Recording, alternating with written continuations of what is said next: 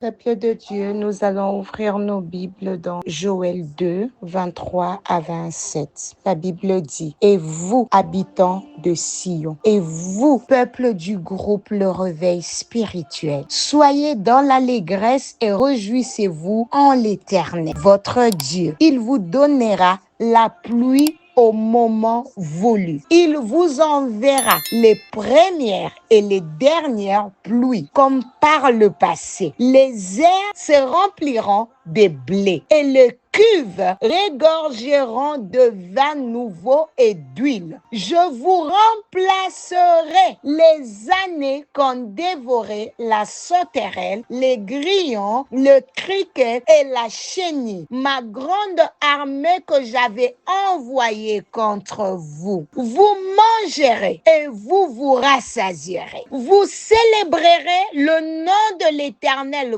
votre Dieu, qui aura fait pour vous des prodiges, et mon peuple ne sera plus jamais dans la honte. Et vous saurez que je suis au milieu d'Israël, que je suis l'Éternel, votre Dieu, et qu'il n'y en a pas d'autre. Et mon peuple ne sera plus jamais dans la honte. Seigneur, ton nom est saint. Ce matin, nous te magnifions. Nous élevons ta sainteté, Père, créateur du ciel et de la terre, digne de louange et de toute gloire. Mon âme te bénit et se souvient de tes bienfaits si nombreux et inépuisables. La volonté permissive de Dieu. Quand Dieu te laisse faire à tes risques. C'est cela notre quatrième dimension et nous allons clôturer avec ceci. Il y a des moments où Dieu, voyant ton entêtement, te laisse faire ce que tu veux. Il te laisse exercer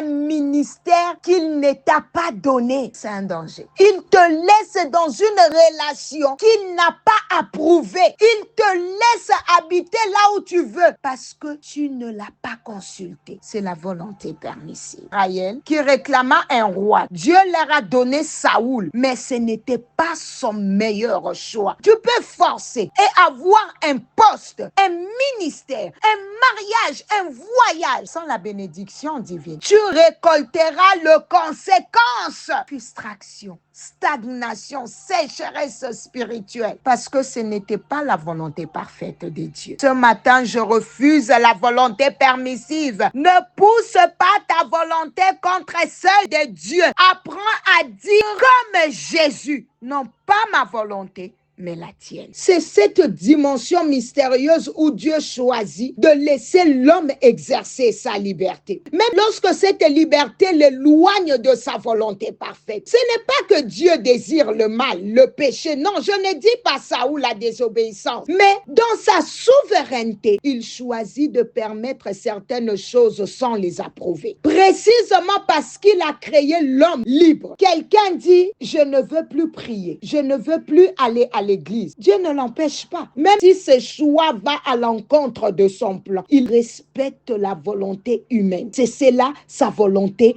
permissive. Ce n'est pas parce qu'un homme réussit dans sa rébellion que Dieu est d'accord avec lui. Non, non, non. Il le laisse faire. Ce silence est souvent une porte ouverte à la repentance. La souffrance, les injustices, les fléaux dans le monde, comme la corruption qui ravage le Congo, ne sont pas la volonté parfaite de Dieu, mais ce qu'il tolère parce que les hommes l'ont rejeté. Deutéronome 30, 19 nous rappelle ce principe. Dieu place devant nous le bien et le mal, la vie et la mort, et c'est à nous de choisir. Lorsque l'homme choisit le mal, Dieu peut le livrer à ses désirs. Dans Romains 1, où l'homme ayant rejeté Dieu et abandonné à des passions dégradantes, c'est encore sa volonté permissive. Même dans cette volonté, Dieu agit. Dans l'histoire de Job, Dieu permet à Satan de le frapper, non pas pour le détruire, mais pour accomplir un plan plus grand.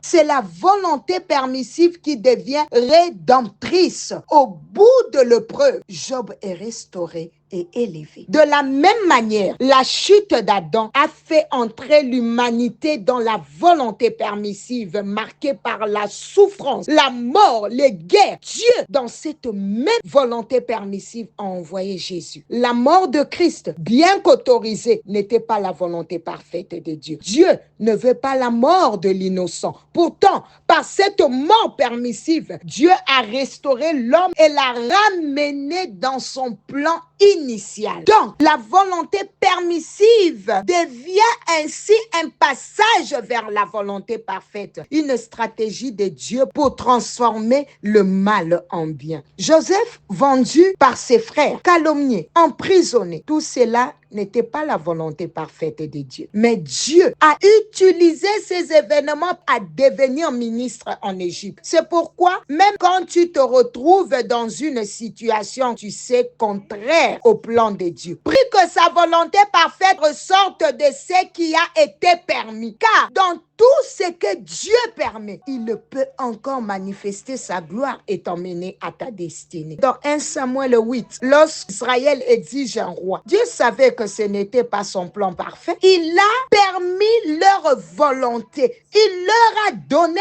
un roi selon leur cœur, tout en avertissant des conséquences. Cela montre que Dieu permet parfois ce qu'il ne souhaite pas pour que par l'expérience, l'homme revienne à lui. Voilà pourquoi il est crucial de discerner, suis-je dans la volonté parfaite de Dieu ou simplement dans ce qu'il tolère? Parce que si Dieu permet, il n'approuve pas toujours. La volonté permissive de Dieu est un pédagogue sévère. Elle te laisse faire ce que tu veux pour que tu comprennes que ta volonté sans Dieu ne mène qu'à la douleur. Israël voulait un roi visible comme les autres nations. Dieu leur avait dit, je suis votre roi. Ils ont rejeté la théocratie, le gouvernement divin, pour adopter une monarchie humaine. Dieu a permis. Pourquoi? Parce qu'il ne s'impose pas. Il a dit, ce n'est pas toi qui le rejette, Samuel, c'est moi. Dans cette permissivité, Dieu introduit toujours une leçon. Quand Dieu permet que Cyrus, un roi païen, devienne son serviteur, ce n'est pas parce que Dieu valide le paganisme, mais parce que son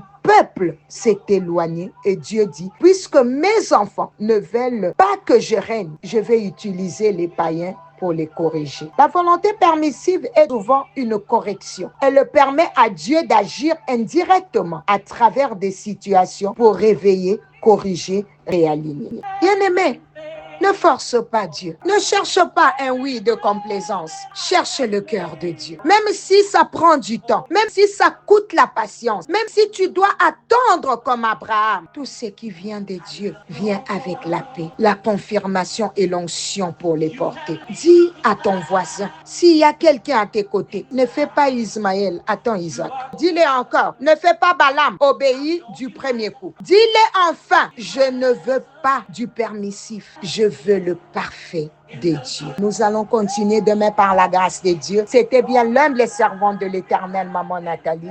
Tu ne peux pas garder ces prières pour toi. Envoie-la pour édifier et réorienter une âme. Et le Seigneur se souviendra de toi.